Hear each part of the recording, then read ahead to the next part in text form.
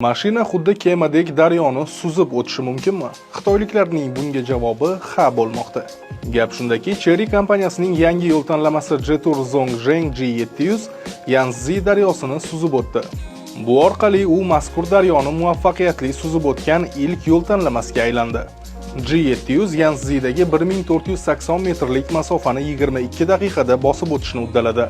Bunda mashina soatiga 5 dan 10 kilometrgacha bo'lgan suv oqimiga qarshi kurashdi.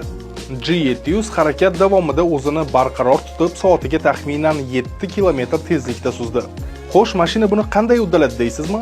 Bu uning texnologik xususiyatlari, xususan yaxlit va teshiklarsiz bo'yalgan kuzov, faol havo aylanish tizimi va kuchli dvigatel sabab amalga oshdi. Mashinaning suvdagi muvozanatiga esa 6 o'qli giroskop javob berdi. Aytgancha, mashina hibrid bo'lib, kapot ostida 2 litrli turbo dvigatel o'rnatilgan. Shuningdek, ikkita elektromotor ham bor. Ular 762 ta ot kuchini bera oladi.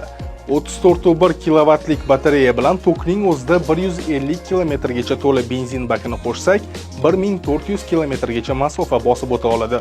G700 19-oktyabrdan 4 ta komplektatsiyada sotuvga chiqarilishi kutilmoqda. Narxlar esa 49 mingdan 60 ming dollargacha etib belgilandi.